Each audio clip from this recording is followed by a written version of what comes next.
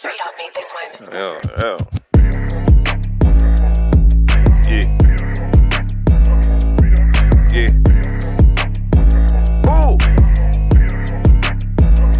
Girl out here. Allegedly, Diddy is facing RICO charges. Sean Carter is worse. Uh-oh. Oh, man. Puff was the first one that came through and made us feel like, it was us. So it looks like Diddy is planning to pull a, if I'm going down, I'm taking everybody with me move. The buzz around town is that Diddy is facing RICO charges and he's out for revenge against his powerful friends, including allegedly Jay-Z. The new lawsuit that was just filed against Diddy by his former producer, Rodney Jones, alleges that Diddy has been running a RICO enterprise. Jones mentioned multiple high-profile people who he claims conspired with Diddy. However, some of the names were redacted, and according to the rumor mill, Jay-Z could be one of those names. Meanwhile, rumors also started circulating that Beyonce knows all of her husband's shady business and is now looking for a way to distance herself from the legal showdown. And the streets are talking, saying now that Diddy is allegedly facing a RICO case, he isn't planning to go down solo. There's talk that he might spill the tea on Jay-Z and possibly even Queen Bey herself. Let's dive into the details. She holds top secret SCI clearance and has represented individuals extradited internationally. Among her notable criminal cases, Bobby has tried international organized crime and racketeering conspiracies. Why did Diddy feel he had to go hire someone that has expertise in RICO cases? Things are getting very serious for Diddy because he was just hit with a new lawsuit that accuses him of RICO crimes. And word on the street is that Diddy will do whatever it takes to avoid jail, even if it means snitching on his powerful friends. Now, Jay-Z wasn't named in this new lawsuit against Diddy. However, multiple other people close to him were. Besides that, some of the names were redacted, leading to speculation that one of them could be Jay. We know that Jay-Z and Diddy were as close friends for years. In fact, just a few months before Cassie opened the floodgates with her lawsuit, Diddy said in an interview that Jay-Z is the only person, besides his mom, who's allowed to call him by his government name. That Jay-Z and Diddy are equally ruthless when it comes to treating other people. Take Jaguar Wright, for instance. She claimed in a recent interview that Jay-Z is even worse than Diddy. However, he apparently knows how to cover his tracks. Sean Carter is worse. Uh-oh. Oh, man. He's smarter. He's patient. He's not sloppy. This pussy been lining up people he calls friends and stepping to the side while they get hit by the guillotine for 30 years. And then another person who seemingly tried to warn us about Jay-Z was the late great DMX. Back in 2004, Jay-Z stepped into the role of president at Def Jam Records, and according to DMX, that's when the vibe between them shifted, and Jay tried to mess with the release of his 6th studio album, Year of the Dog, again. Like I said, I had the crazy track record, Def Jam, everything was good. I go to do the 6th album, and Jay-Z became president. Yeah. When he first got the job, he hit me with the call like, yo, dog, inmates is running the building like, yo, you good? Finish the album, shoot the video. Then what happened? Niggas go on vacation and, we don't know. What you mean you don't know? How do you listen to a whole album, pick a single, shoot a video, then don't know? According to X, this whole drama unfolded because Jay-Z changed his mind about retirement and decided to get rid of any competition. Okay, I see what's really good. You're trying to eliminate the competition. Because at first you retire, then get me off the label, now you're back rapping again. Okay.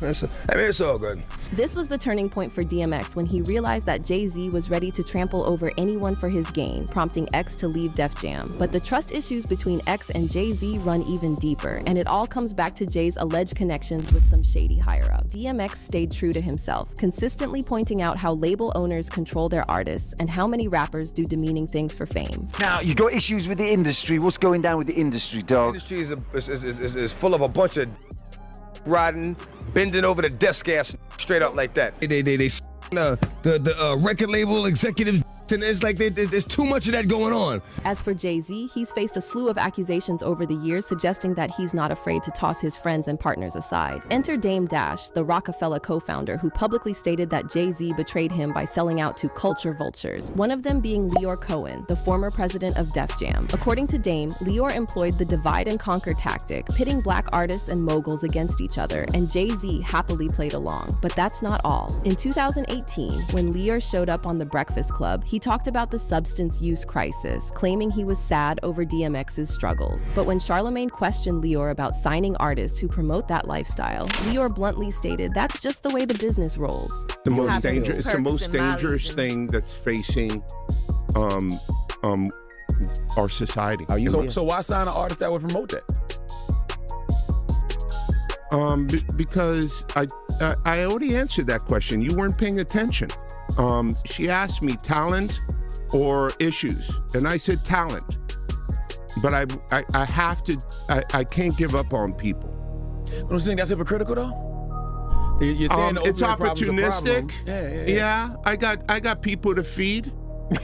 I got a business to run. You're gonna make Dame Dash take this clip and call you a culture vulture. Who's Dame Dash? And get this, when DMX passed, they played a recording of Leor at the send-off ceremony where he referred to X as a gremlin. So the race against time was that we all know X is a gremlin and reckless and looking for a wall to crash into. X, if you listen to X, if you see X, his death is no surprise. If you listen to and you watched who and what X was. Of course, fans couldn't help but connect the dots between Jay-Z and Diddy's connections with these questionable industry higher-ups, with some even speculating that Leor Cohen was to Jay-Z what Clive Davis was to Diddy. So Clive Davis is over Arista, which is over Diddy's Bad Boy record. Now, rumor has it, allegedly, Diddy got on his knees for Clive Davis in 1994, and that's how Bad Boy Records came about. But it looks like the consequences are finally knocking at the door. With all that RICO stuff thrown in the new lawsuit against Diddy, word on the street is that Diddy is devising a strategy to take down his powerful accomplices with him. The new lawsuit was filed by Rodney Lil Rod Jones Jr., a producer who worked on Diddy's 2023 album, the Love album, Off the Grid. According to Jones, he was living and traveling with Diddy for over a year, from September 2022 to November 2023. And if you scroll through his Instagram, it seems like he's got the receipts to back up his claims. In his lawsuit, Jones alleges that while he was living with Diddy, he captured a ton of video and audio content showing Diddy, his A-list friends, and staff engaging in serious illegal activity.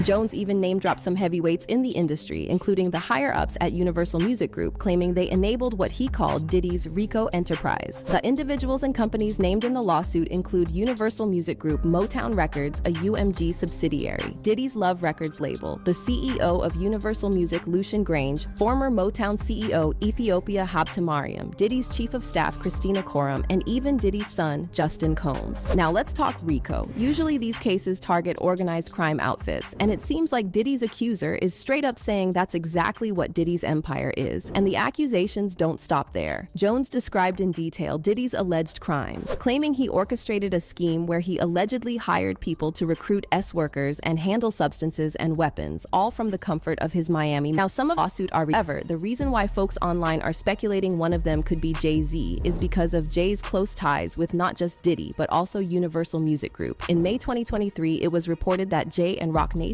signed a major deal with Universal Music. Also, when Jay was honored with the Global Icon Award at this year's Grammys, Universal Music publicly congratulated him and other artists who are under their umbrella. Of course, none of this is proof that Jay-Z was Diddy's accomplice in the alleged RICO crimes. However, fans are saying if Jay-Z eventually gets exposed for being as bad or worse than Diddy, literally no one would be surprised. I know that Diddy lawsuit has Jay-Z stressed, one fan said. And another person wrote, it took a while for Jay-Z's buddy R. Kelly to be on the list, and they barely putting Diddy on it even though we've all known. Surviving Jay-Z gonna be just as sad as surviving P. Diddy and surviving R. Kelly. But what's your take on Have you hit rock bottom?